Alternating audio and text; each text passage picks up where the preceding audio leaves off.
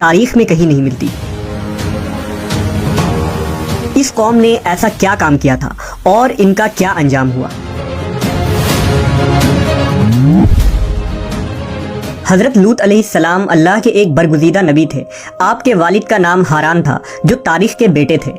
आपकी पैदाइश इराक के कदीम शहर उर में हुई थी। इस शहर में इब्राहीम अलैहिस्सलाम का मस्किन था। दरअसल लूत अलैहिस्सलाम के वालिद हारान हजरत इब्राहीम के सगे भाई थे, यानी हजरत लूत अलैहिस्सलाम हजरत इब्राहीम के भतीजे थे।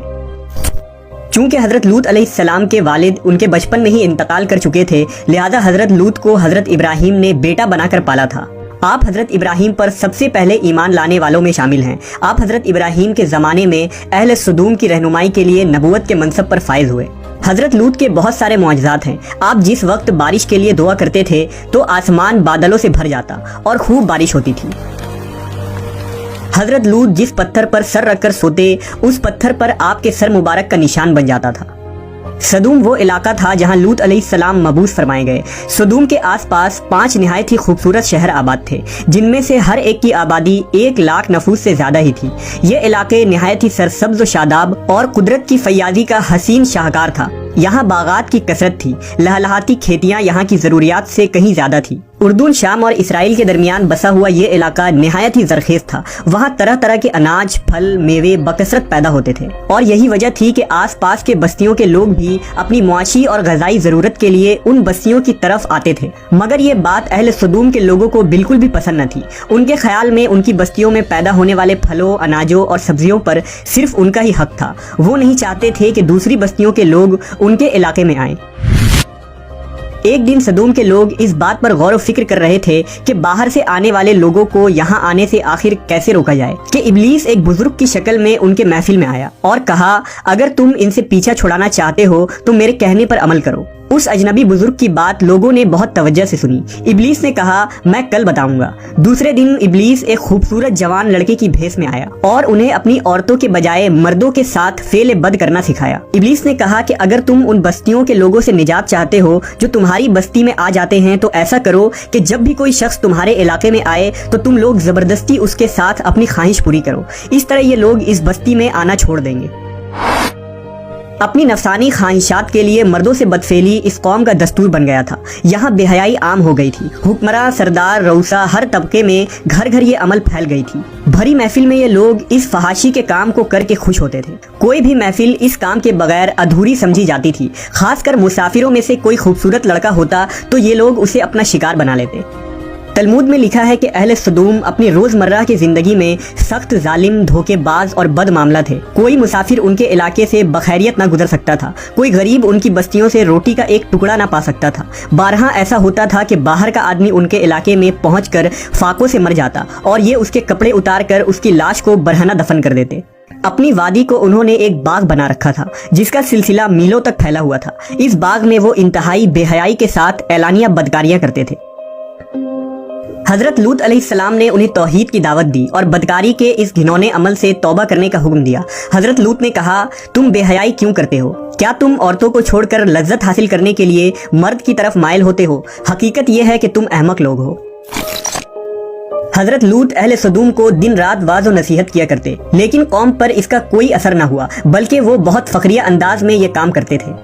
उन्हें हजरत लूत का समझाना भी बुरा लगता था, लिहाजा उन्होंने साफ साफ कह दिया कि अगर तुम हमें इसी तरह बुरा कहते रहे और हमारे कामों में मदाखलत करते रहे तो हम तुम्हें अपने शहर से निकाल देंगे। हजरत लूत ने नसीहत और तबलीग का सिलसिला जारी रखा। लिहाजा एक दिन अहले सदूम ने खुद ही अज़ाब इलाही का मुतालबा कर दिया। अल्लाह ताला ने अब तक उनके इस बदतरीन फहाशी और बदकारी के बावजूद ढील दे रखी थी, लेकिन जब उन्होंने हजरत लूत से एक दिन कहा कि अगर तुम सच्चे हो तो हम पर अजाब ले आओ, लिहाजा उन पर अजाब इलाही का फैसला हो गया। अल्लाह ने अपने खास फरिश्तों को दुनिया की तरफ रवाना कर दिया। ये फरिश्ते दरअसल हजरत जिब्राईल, मीकाईल और इसराफील अलैहिस्सलाम थे।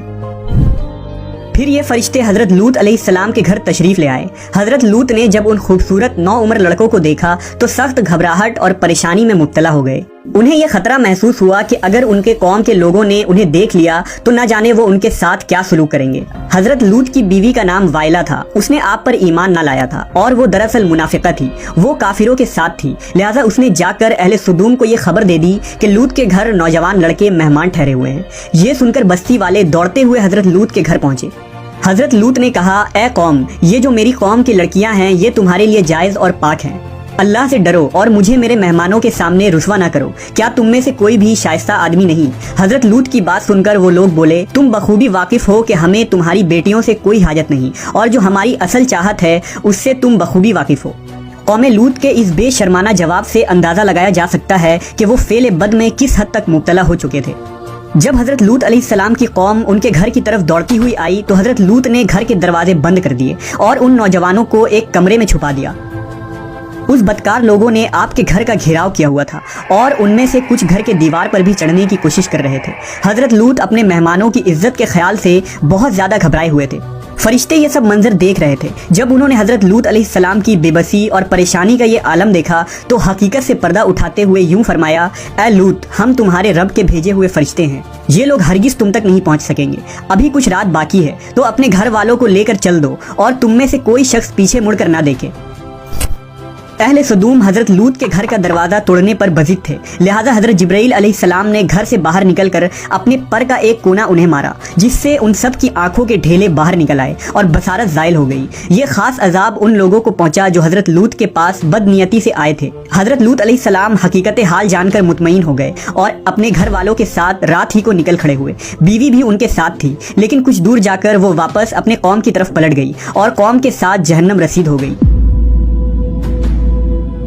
صبح کا آغاز ہوا تو اللہ کے حکم سے حضرت جبرائیل نے بستی کو اپنے پر سے اکھاڑ دیا اور پھر اپنے بازو پر رکھ کر آسمان پر چڑھ گئے، یہاں تک کہ آسمان والوں نے بستی کے کتے کے بھونکنے اور مرغوں کے بولنے کی آوازیں سنی۔ پھر اس بستی کو زمین پر دے مارا، جس کے بعد ان پر پتھروں کی بارش ہوئی۔ ہر پتھر پر مرنے والوں کا نام لکھا ہوا تھا۔ جب یہ پتھر ان کو لگتے تو سر پاش پاش ہو جاتے۔ صبح سویرے شروع ہونے والا یہ عذاب اشراق تک پوری بستی کو نیست و نابود کر چکا تھا۔ قوم لوط کی ان خوبصورت بستیوں کو اللہ نے ایک انتہائی بدبودار اور سیاہ جھیل میں تبدیل کر دیا، جس کے پانی سے رہتی دنیا تک کوئی فائدہ نہیں اٹھایا جا سکتا۔ سمندر کے اس خاص حصے میں کوئی جاندار، مچھلی، میڈک وغیرہ زندہ نہیں رہ سکتے، اس لیے اسے ڈیڈ سی یعنی بحر مردار کہا جاتا ہے، جو اسرائیل اور اردن کے درمیان واقع ہے۔ ماہرین آثار نے 10 سالوں کی تحقیق و جستجو کے بعد اس تباہ شدہ شہر کو دریافت کیا تھا۔ تحقیقات سے پتہ چلا تھا کہ اس شہر میں زندگی بالکل ختم ہو چکی ہے۔ اس شہر کے راستے اور کھنڈرات کو دیکھ کر آرکیولوجسٹ نے یہ اندازہ لگایا کہ جب یہ شہر تباہ ہوا تو اس وقت لوگ روزمرہ کے معمولات کے کاموں میں مشغول تھے اور یہاں زندگی اچانک ختم ہو گئی تھی۔ اہل سدوم جنہیں پتھر بنا دیا گیا تھا، ان کے بت ابھی تک بحر مردار کے پاس موجود ہیں، جو تا قیامت لوگوں کے لیے ایک عبرت ہے۔ آج یورپی ممالک میں انسانی آزادی کے نام پر اس بدکاری کی اجازت دی جاتی ہے اور اس فحش عمل کو فخر سمجھا جاتا ہے، مگر حقیقت یہ ہے کہ ہم جنس پرستی